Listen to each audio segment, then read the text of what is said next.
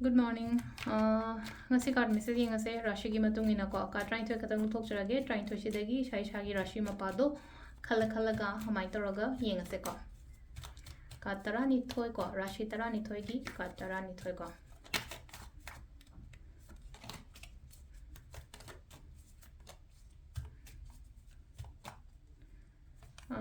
basit leire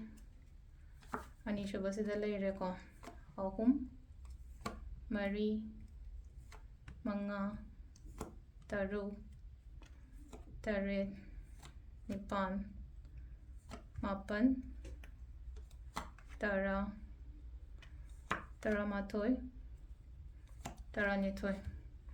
Koi hanba ko gi mesh rashi ko mesh rashi gi na lai se kai no mesh rashi gi na sile se ko kitang hai tare ko emotionally kra down chat pa khot pa dumaina oina oire ko ngase thawai nungai taba khotaba pen taba mayam ma lei bato ko number 2 brish rashi gi chat ke tauge kaina khali budo chatlo tawo pangtho haidi khandang khalaga lei taba mithun gi sin haidi directions pi ba mingonda natraga hai tare ko directions kumba kai gumba hai tare ko guidance follow tawraga thaba inghang gumba tawba natraga aina mingonda takpi ba tambi ba khot pa dum ba soi ko mari shuba ko karka rashi gi na sile se ko haidi afaba dum oi ko aina soidragadi aina landragadi ko singarashi mina haiba khotpa mina ngangba kem tawno nang tawbum thokudun taw ko silaisa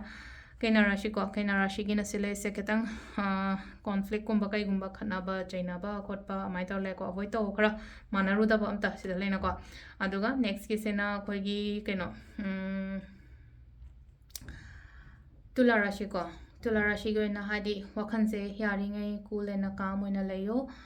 thongna leyo thabak taw matam da leina ko thongna gumba kai gumba su mayam de thongna leba mayam tharkar roi ko hadi confident leyo any kind of thabak taw matam da ko nupi tho hai dun yam sing na ha kan da ko duga mathang in bridge ki ai gi ano ba ideas thoughts kari kra shugumba mayam se ko kaino taw biyo haidi ai creative thoughts creative ideas sugumba kai ka mayam se hate implement tawraga thabak inghang gumba taw biyo ko